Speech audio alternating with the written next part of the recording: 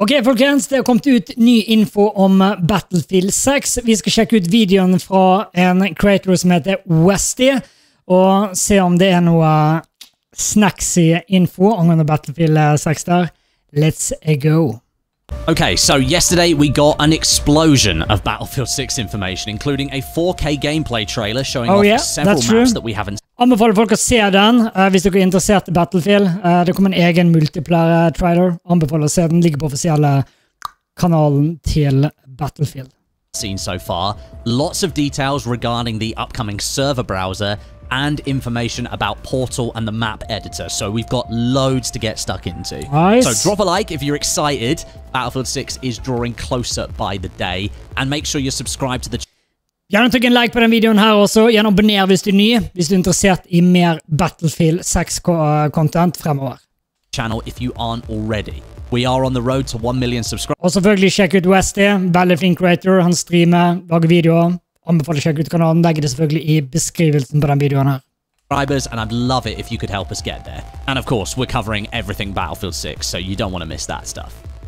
Right, let's start with the gameplay trailer then. It is pretty epic, and it features heavily maps that we haven't seen so far.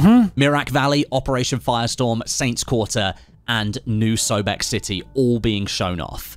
So let's start things. This opening shot here, we get a look at the sniper decoy gadget for the Recon class. There was a very small glimpse of this in the previous multiplayer gameplay trailer, and we've been wondering what sort of gadgets that Recon is going to have now that the spawn beacon has been stolen by the assault class. Well, this is one of them. I'm not truly sure how helpful this is going to be. Maybe for newer players to the franchise, it might. Jeg vil jo tro at i starten så er det sikkert veldig lett å bli lurt på den decoyen, men etter hvert så du blir på en måte vant til den, så er det sikkert lettere å skille den ut. Men mindre du kan få forskjellige, hva skal man si, skins på den, eller variasjoner da, så vil det jo hjelpe på. Be a good way to set up a little bit of a decoy, but I'm not sure it's going to be too helpful for more experienced players. The trailer sets us up for a proper look at Mirak Valley. It probably features the most. We've got vehicles on the ground, we've got vehicles in the sky, infantry running around. Jeg gleder meg så sykt til det mappet der. Det tror jeg blir veldig, veldig gøy. Destruction, explosions, chaos everywhere. This is the all-out warfare map that we have been missing. There's actually a screenshot here of Mirak Valley sort of taken from a wide view from a blog post on the Battlefield website. And it gives you a good look at that like central area that's quite dense on the map, likely where a lot of that combined arms gameplay is going to take place. But you can also see down in the bottom right-hand corner, one of the two spawns for the armies. And it features a runway, which is pretty cool. It seems the devs are returning where... Det er noe jeg savner for, spesielt Battlefield 3, så hadde du en god del maps der du hadde runway, der du kunne ta av med fly og sånt. Det var ganske gøy. This allows to a physical deployment for vehicles, as we had with Battlefield 3 and Battlefield 4, all those. Og da har du på en måte også en plass du faktisk kan lande. Det sier du er en jet, du er skadet, og du har ikke mulighet til å reparere i luften, whatever, men så kan du faktisk klare å lande, gå ut av flyet, for så reparere det, og så kommer du opp igjen. Det gjorde jeg ofte i Battlefield 3. Years ago, which is great to see. And if you needed any more evidence that Mirak Valley is going to support proper vehicle warfare, well, just look at the vehicles sitting in this spawn point, all ready and waiting to be used as taxis. Then we get this establishing shot here of New Sobek City. It gives us a great look at a lot of different things. Firstly, let's look at some of the weapons being used. We've got a recon soldier set up here with what looks like some sort of Barrett sniper rifle. Players might remember that as a pickup in Battlefield 4. It was the semi-automatic 50 cal. Not sure if it's exactly the same, but I think there's another look at it later in the trailer where we can understand what kind of gun this is. Then over on the right, we've got an engineer holding on to what may be a SCAR-L with a bipod attachment, which is quite interesting. The wider shot shows the Sobek map in all of its glory. Pyramids in the background look really cool. And this map is giving me the vibe of Battlefield 4's iteration of Gulf of Oman. This dusty, yellow-looking map covered in partially completed buildings that just look primed and ready for some good old Battlefield destruction. We've got attack choppers in the sky, ground vehicles rushing through the streets. This looks like a proper classic urban warfare map for Battlefield. This shot here shows an AA tank rolling through the streets flanked by infantry. With the soldier's perspective, I think they're holding an SG-553 assault rifle, and we get a little bit of a look at some NATO soldier camos. These ones appear to be polka dot, although I'm sure that's not the real name. We then quickly switch back to Merak Valley, taking the perspective of a Pax Armata soldier running the MG4 light machine gun, suppressed. That gives me Battlefield 4 vibes again. And then we move across to Operation Firestorm, the returning map from Battlefield 3. We've got jets flying through the sky, tanks rolling across the sand, infantry everywhere, just fantastic Battlefield chaos. Some of the shots in this section of the trailer are incredibly detailed. This one here with the IFV in shot, multiple Pax Armata soldiers, jet... Det faktiskt helt sykt med detaljer. Det ser rett og slett så sykt bra ut. Flying overhead, looks so cool. And I think the weapon in the soldier's hands is the Tavor 7. I'm not 100% on that because of the attachments. It's kind of covering quite a lot of the gun, and I'm not like a gun nut or a gun specialist. So anyone that does know what this one is, put a timestamp down below in the comments and tell us what you think the name of this gun is. Do help us out. Then we flick back over to Merak Valley for a massive combined arms fight with infantry, transport vehicles with mounted guns, and IFVs all thrown together. And then we move into Saints Quarter, the second map set in Gibraltar. This map is infantry only, it's close quarters fighting with plenty of destruction mixed. Det var banhammeren för de som ikke såg det. Javelin, anti-cheat, banhammer. Så ikke prøv å cheat. Ikke prøv å cheat I det spillet her. Da kommer hammeren. In. And we get to see throwing knives. They're making a return here in Battlefield 6, presumably as a grenade option. Not sure if that's going to be limited to certain classes at this time, although I'm guessing it's going to be open to all different types of classes. And I think the weapon being wielded in this shot is the Vector SMG, and then the soldier to the right appears to be holding the XM250 LMG. Maybe. It's hard to tell because the main body of the... Jeg veldig spent på hvor mange våpen egentlig som vil være tilgjengelig på release, kontra hva vi hadde betaen. Det blir sikkert en god del mer. Jeg vet ikke om noe bekrefter på det. Weapon is kind of hidden, but it's got that distinctive look to the body of the gun, so it may well be the XM250. And actually, some of you might know this as the RAL LMG from Call of Duty Warzone. But the highlight of this clip, actually, for me anyway, is the sledgehammer kill. This is a melee weapon option in Battlefield 6, and as well as providing some pretty awesome first-person takedown animations, it can also be used to smash down walls and break destructible surfaces in the game, so I cannot wait to give that a go. Then we move back to Firestorm, this time a little bit of a showcase of the mortar gadget returning in this game. But unlike the Battlefield 4 version that could be operated remotely. Jeg vet ikke hva jeg synes om at mortar kommer tilbake. Det har selvfølgelig sin plass, men de kan være irriterende. This one requires the user to sit on it and operate it, very much like Battlefield 3. So at the very least, you can flank the enemy's position and take them out. They were so much... Det kommer veldig an på plasseringen på det. Hvis de ikke sånn veldig hidden og står åpne, så det nok ganske lett å ta ut de som bruker det. Harder to get rid of in Battlefield 4 because the operator of the mortar, they could be literally anywhere around that mortar site. I mentioned the XM250 just a second ago in the previous clip. Well, here is a much clearer view of it now, so that's another weapon confirmed and checked off the list. The soldier's weapon in first person, though, appears to be an assault rifle with a laser sight and a hollow sight attached, and I think it's the Chinese QBZ assault rifle, but the angle of the running animation makes it hard to say for certain if that's the case or not, although we are starting to see some pretty cool weapon variety out here. The next clip shows the NVO assault rifle from the beta, probably better known as the AMAX for Call of Duty players out there. And then we get a look at a player using the AT-4 launcher to blow up the transport vehicle the other player was riding shotgun in the previous clip. This is going to be an engineer class gadget option, and no, you won't be able to pair it with a lock-on launcher in your second slot. That's been fixed from the open beta. You won't be running double launchers when the game launches in October. Then we get a very brief look at the Manhattan Bridge map from street level here. I'm not kidding, this is a very, very quick look. Two massive tanks facing off against each other in front of the Dumbo sign. I still can't quite believe that we've got some of these locations in Battlefield 6, if I'm honest, but I think the soldier here is holding the L110 LMG that we got to use in the beta. We then briefly flip back to Merak Valley, and another soldier here holding the SG-553 rifle while something massive gets blown up in the background. And then we get into the Portal clips. This one is quite interesting because it features one of the revolver sidearms coming to Battlefield 6, and it may well be the one that's currently getting people to grind Battlefield 2042 against their will. Det ser veldig sånn ut. Det skinner da. Jeg tror ikke det selger våpner, men det skinner. Så du får i Battle Pass. For de som ikke vet det, det kommer et free Battle Pass til Battlefield 2042. Med 60 tires. Jeg tror det er 27 eller 28 av de rewards i det Battle Passet som du får med deg inn som er eksklusivt til Battlefield 6. Da. Så hvis du skaffer deg Battlefield 6, og når det lanseres, så får du de tingene. So you can unlock the skin for it. Back to Merak Valley for the final flourish to the trailer. We get to see a little bit more of the grander scale destruction that this map holds, with a collapsing crane smashing into one of the buildings on a construction site. Kind of gives me vibes of the Battlefield Hardline map downtown, although perhaps on a little bit of a smaller scale. Then to Iberian Offensive, with a player taking out an enemy with their Barrett sniper rifle. I mentioned earlier in the video there was a Barrett sniper rifle.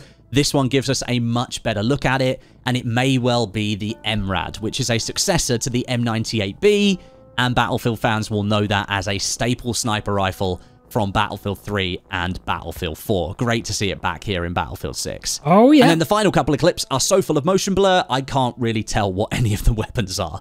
But that was a bloody cool trailer, and we got to see some of the bigger maps coming to Battlefield 6, and I have to say, I am happy with what I'm seeing. Ja, det ser bra Now, ut. we're done with the trailer, and we're going to move on to Portal and map editor details. This is really exciting stuff. We did get a brief look at what can be done with Portal and the map editor in the trailer, but we also got a full blog post launched alongside of it, which gives us more details about what we can expect. So let's break it down. It sounds like Portal has the potential to completely change how you're going to experience Battlefield 6. At its core, Portal is basically a sandbox. It's going to give players tools to create their own game modes and their own experiences exactly the way they want to in Battlefield 6. We've had this before with Battlefield 2042, but we're going even further, far beyond just like simple rule tweaks.